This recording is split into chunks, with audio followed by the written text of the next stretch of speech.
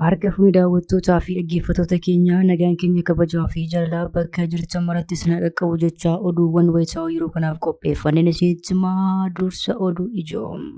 Pireezidaantiin Oromiyaa obbo Shimallis Abdiisaa dhibee isaa mudateen yeroo ammaa Duubaayitti yaalamaa jiraachuun ifoome. Pireezidaantichi muummicha ministeeraa wajjin torban darbe keessa gara UAEtti kan imalan yommuu ta'u haga yoonaatti achuma jiraachuu maddeen gabaasaniiru. Gabaasa bal'aa qopheeffanneerra isin biraan geenya. Milishoonni bilxiginnaa leenjii waraanaa fi ga'umsa qaamaa tokko malee meeshaa waraanaa qabachuun uummata nagaa daaraa gochaa ooluun gabaafame.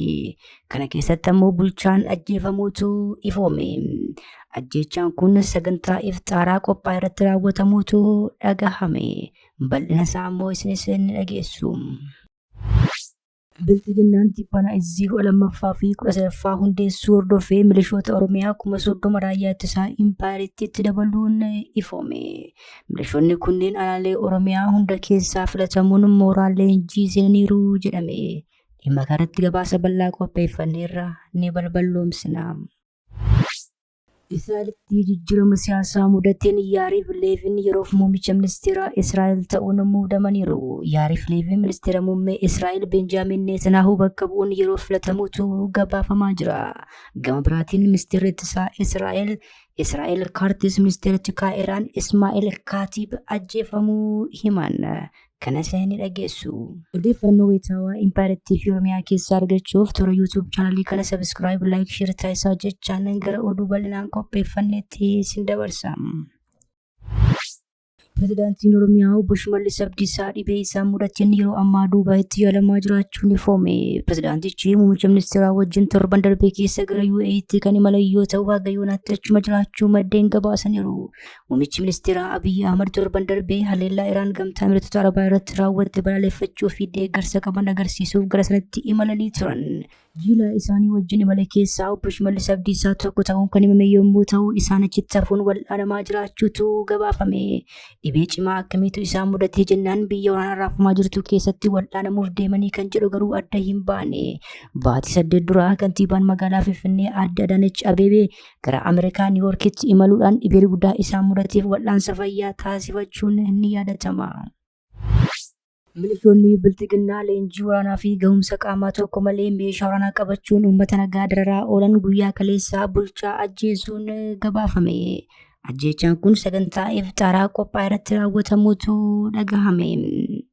Guyyaa kaleessaa godina Arsii aanaa Baalee Gasgaaritti bulchaa ganda Mariiqaa kan ta'an obbo Turee Huseenii fi dargaggoon Fuwaad jedhamu milishaa faashistii Abiyyiin ajjeefamuu maddeen ifoomsaniiru. Ajjeechaan kun sagantaa iftaara daandiirraa magaalaa Jaarootti qophaa irratti rasaasni milishaa gandaa harkaa barraaqee namoota hedduu galaafachuutu himame. Namoota lubbuun darbe kanattis kanneen biroo hedduun madaa'uudhaan yeroo ammaa hospitaalatti wal'aanamaa jiraachuu maddeen ifoomsaniiru. Bilxiginnaan tibbana izii 12ffaa fi 13ffaa hundeessuu hordofee milishoota Oromiyaa 30,000 raayyaa ittisaa impaayiriitti itti dabaluun ifoome. Milishoonni kunneen aanaalee Oromiyaa hunda keessaa filatamuun mooraa leenjii seenaniiru jedhame.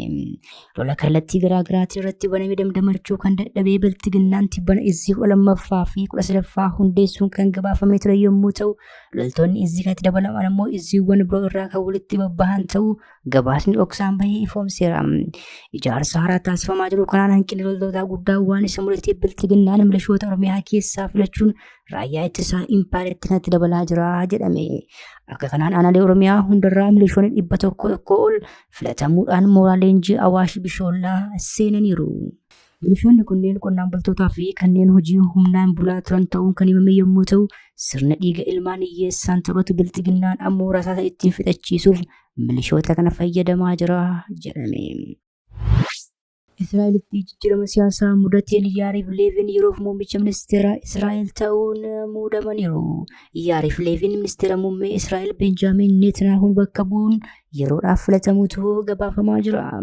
Gama biraatiin ministeerri ittisaa Israa'el Kaartis ministeera tikaa Iraan Ismaa'eel Kaatib ajjeefamuu hime.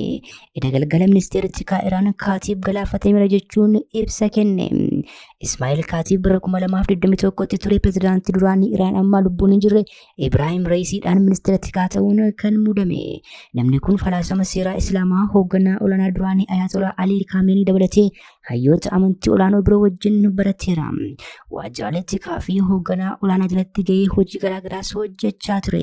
Bara 2022 Ameerikaa fi biyyoota michuu irratti haleellaa saayibarii raawwateera jedhamuun Ameerikaadhaan qoqqobbiin irra kaahamees ture. Kaatiib bara 1980 ture eegduu warraaqsa Islaamaatti kan makame.